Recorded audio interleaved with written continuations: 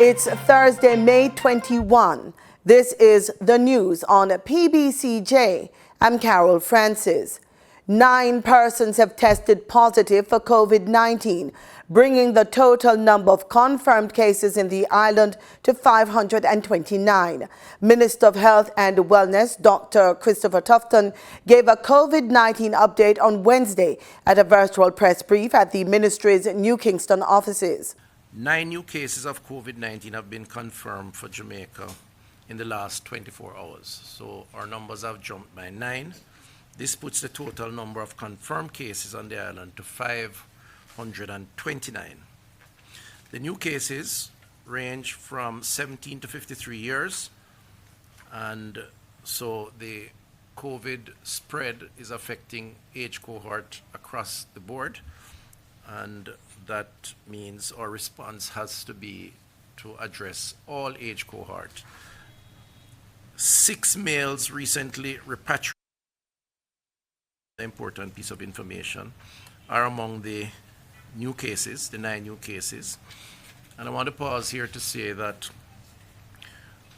of the total number of persons who have come in from the UK, we have so far had confirmation, this is just over 100, right? 120 or thereabouts from the UK.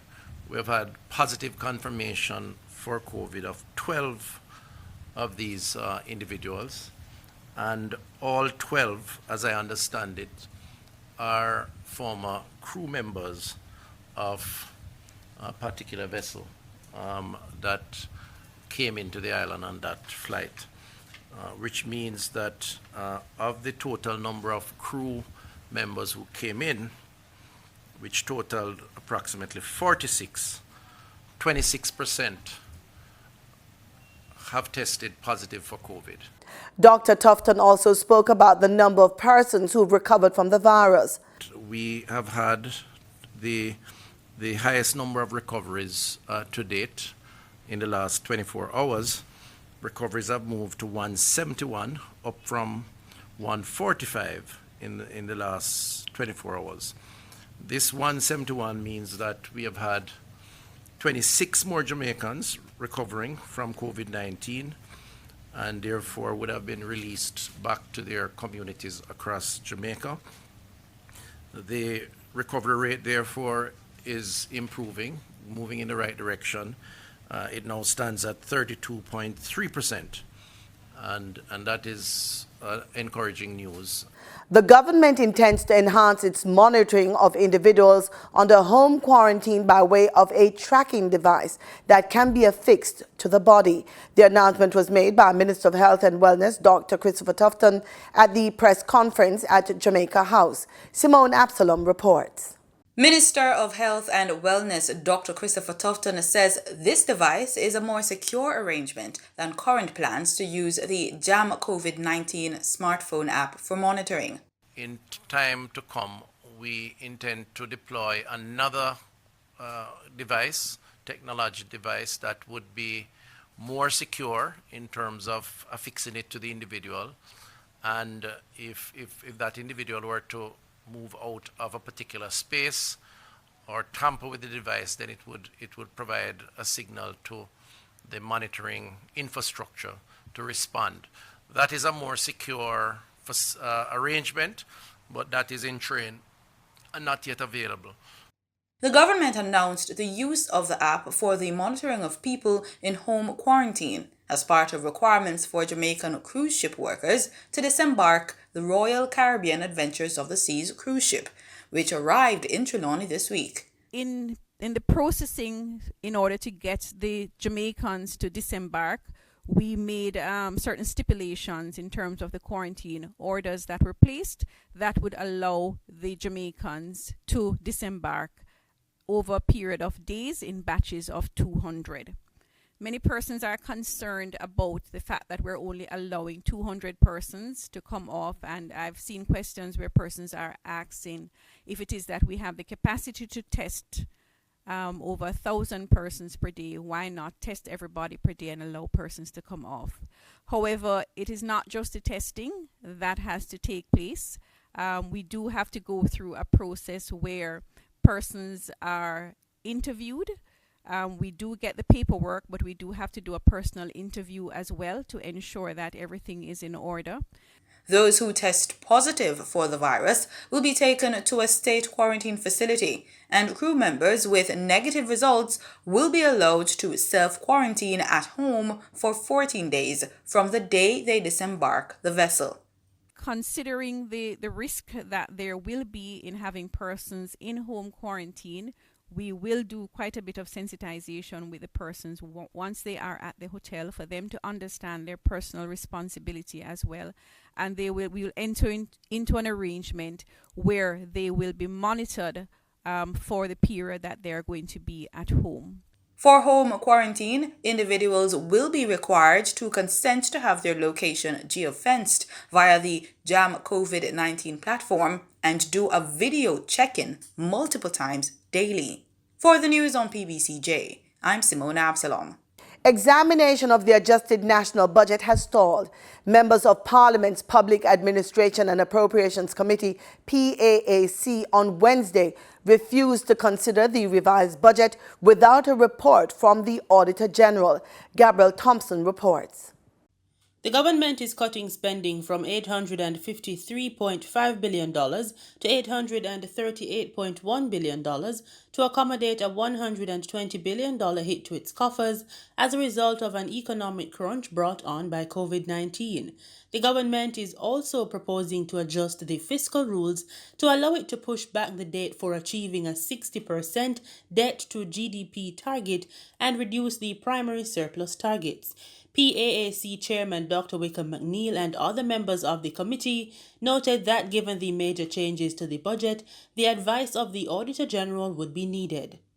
This law has indicated that we must reach a debt to GDP by 2025-26. It is now going to be set back 2 years. Right, it indicates the conditions by which you can do that, and in other words, a national disaster. Well, that's the question I'm asking. But what are the it then conditions? says to be able to do it, it has to be, all your figures must be checked and a report must be given by the Auditor General before this is done. However, government member of the PAAC, Leslie Campbell, noted that the committee had previously been advised by Financial Secretary Darlene Morrison that a report from the Auditor General was not needed for supplementary estimates of expenditure. FS, has the issue arisen before where you advised this committee that it was not necessary to get the opinion of the Auditor General in relation to supplementary estimates? No, not that I'm aware of. I'm sorry? No. I'm going to remind you that on the, not in the last, it's not the third quarter, I think it was before then. Yeah, you were asked generally as to whether it was necessary to get the opinion of the Auditor General in relation to supplementary estimates, and your answer then was no. Do you agree? That's correct. So, would you also agree that this is a supplementary estimate which you have before you? So you would also agree in those circumstances that it is not necessary, based on the advice you gave this committee, that it is absolutely not necessary to have any opinion expressed by the Auditor General. Pressed on the issue, the Financial Secretary backtracked on her previous position. Okay, so on this one, I am not going to give you I'm that sorry? position. I cannot give you that position at this time. Could you advise us as to why it is that you can't provide the opinion now? Given that this particular supplementary is suggesting a deviation from program, then we need to take other aspects of the law into consideration. Therefore, I would say that we would need to get some legal opinion on this. Just before I stop, just to indicate that earlier in the year, when the Minister indicated that he would need to do a supplementary, even though we had a suspicion that we may need to suspend the rules. It would not yet have been clear as to what the required level of adjustment was. Now that we have done the supplementary and we are currently indicating a 1.9% of GDP deviation, then yes, it would suggest that a suspension is required. After a short suspension to allow for consultation on the matter, Dr. McNeil said it was decided that the committee would adjourn to await the advice of the Auditor General. For the news on PBCJ, I'm Gabrielle Thompson. Residents of Kingston and St. Andrews should brace for more water restrictions. The National Water Commission, NWC, is reporting rapid declines at its storage facilities. The Hermitage Dam is at 61.2% and the Mona Reservoir 74.4%.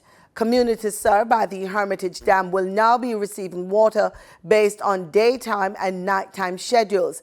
Affected communities include communities above the West Kings House Road intersection with Constant Spring Road all the way to Doheny Park.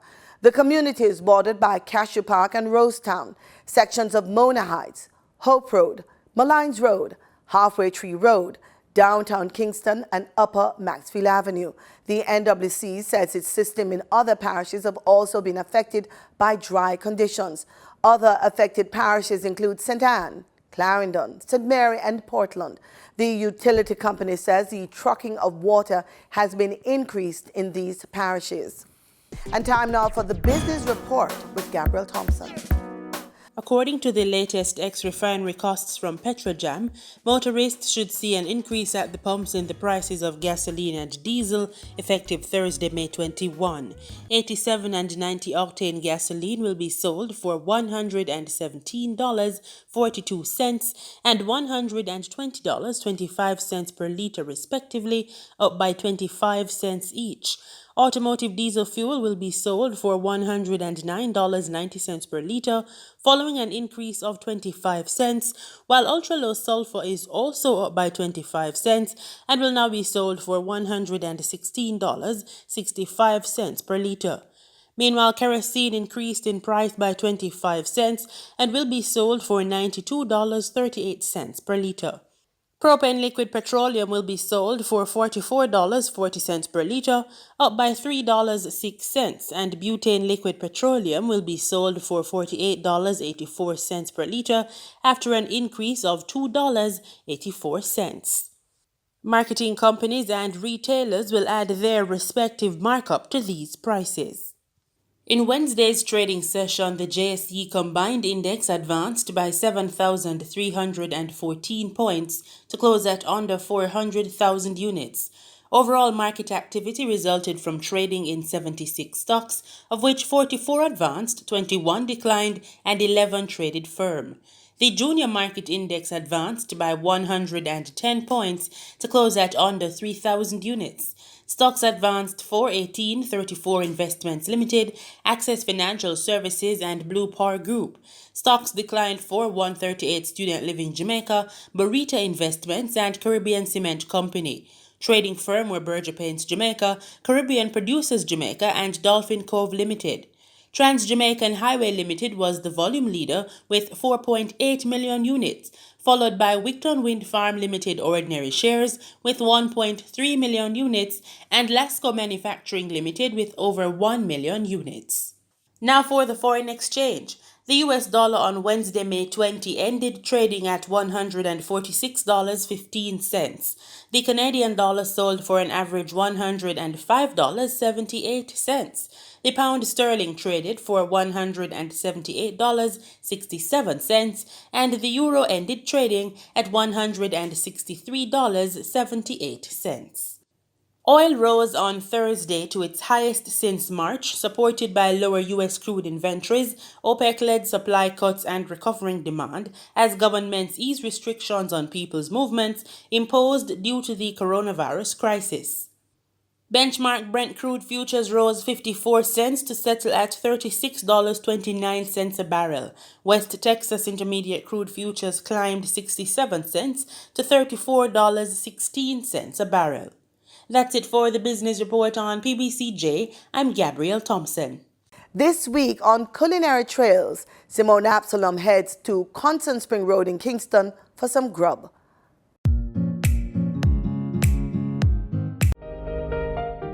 The country is still experiencing the impact of the COVID-19 pandemic.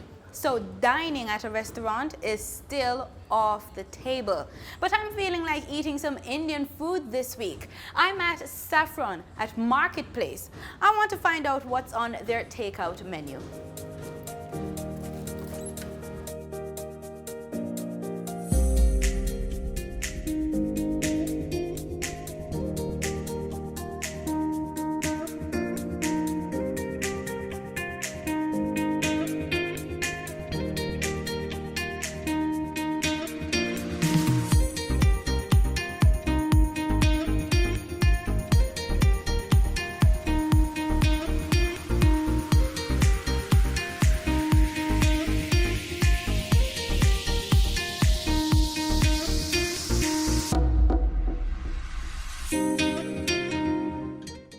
We would like to thank our staff for their hard work and our customers for supporting us during this difficult time.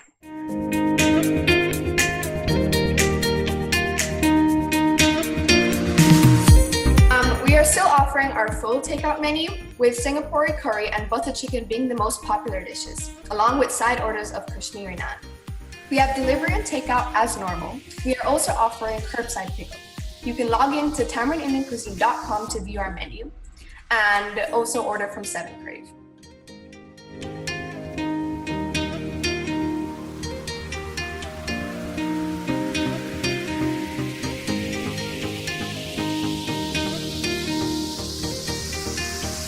We have provided masks and gloves to all our staff.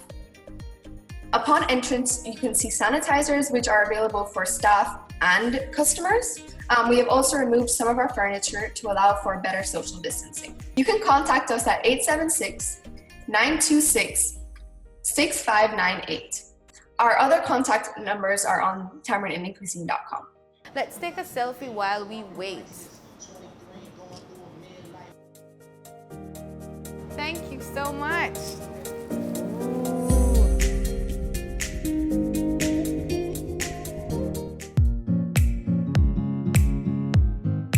In regional news, the processing of grants to people in Tobago has been delayed due to fraudulent activities by some applicants.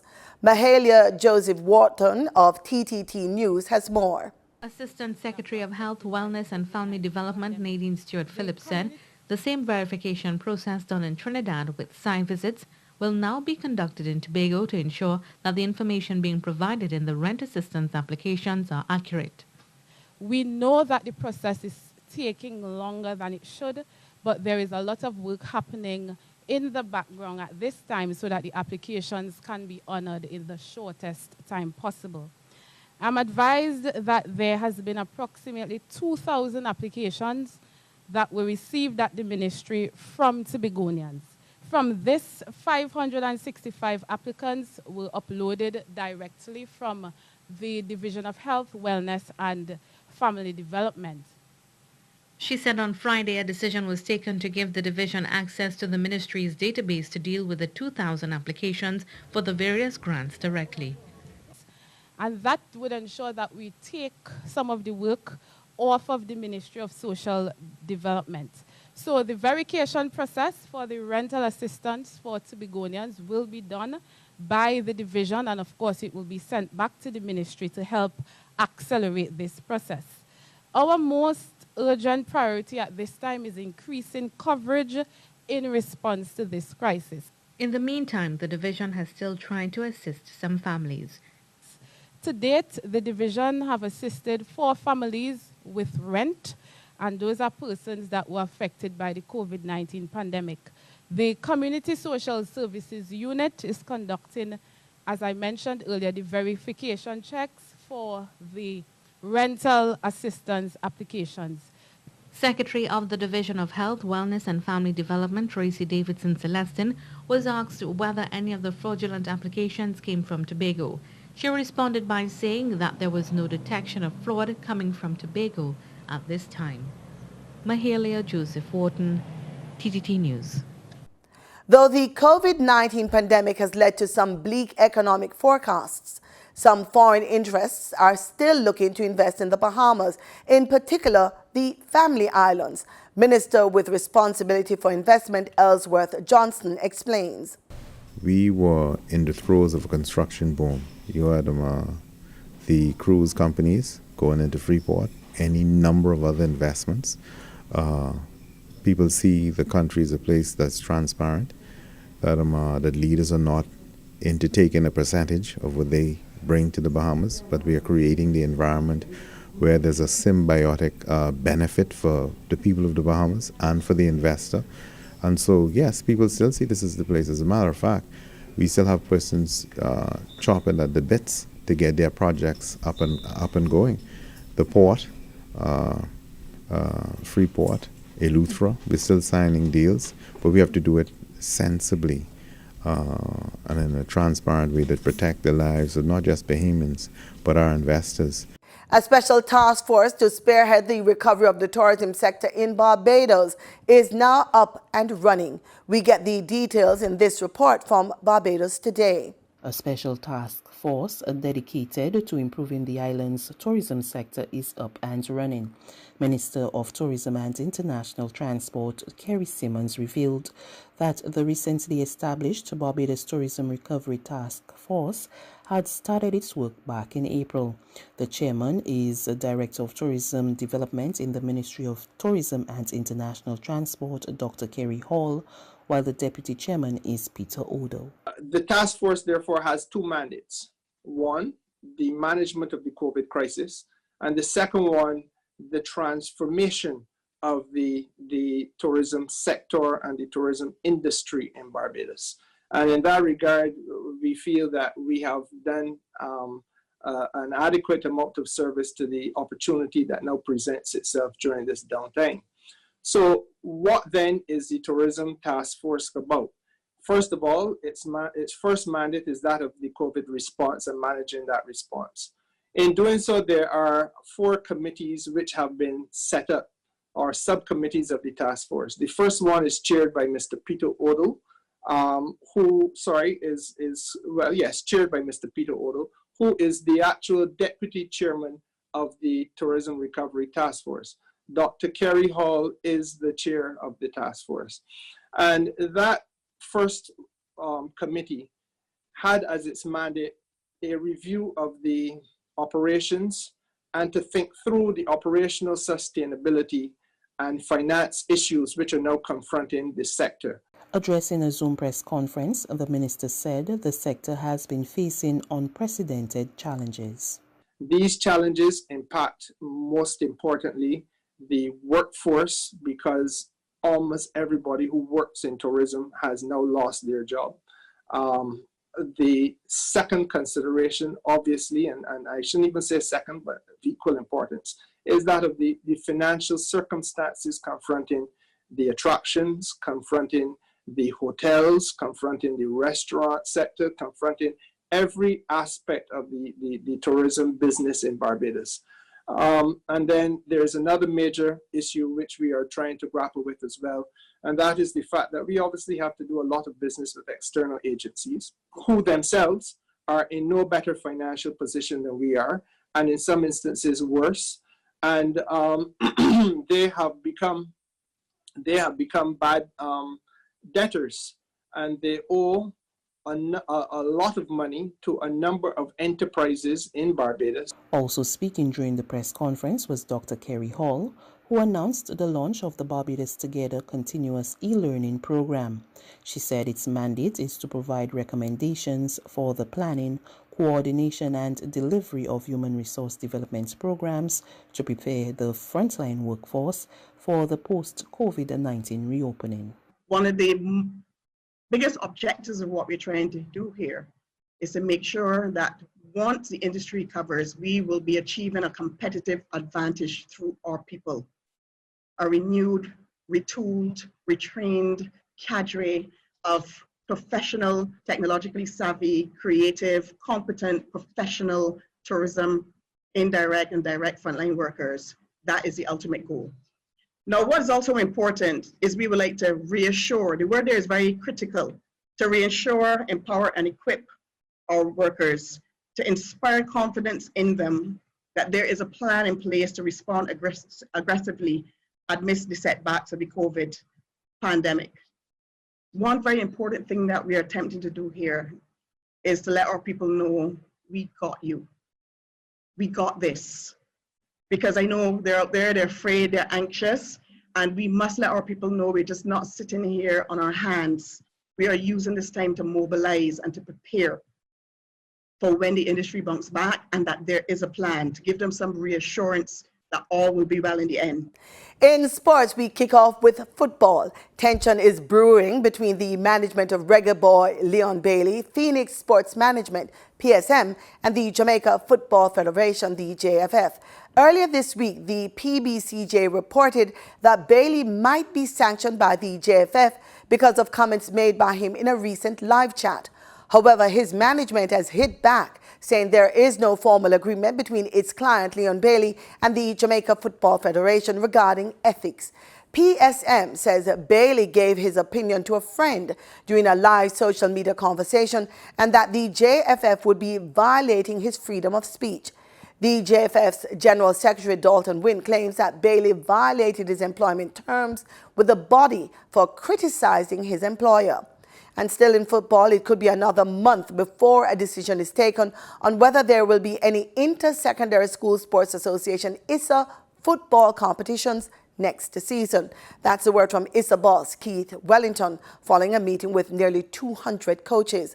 Uncertainty hangs over next season's school football after last week's cancellation of all football in the island by the Jamaica Football Federation due to the ongoing novel coronavirus COVID-19 pandemic, as well as when the sport would be able to restart. And that's our package. Join us again tomorrow, same time, same place for more news and sports right here on PBCJ, the People's Station.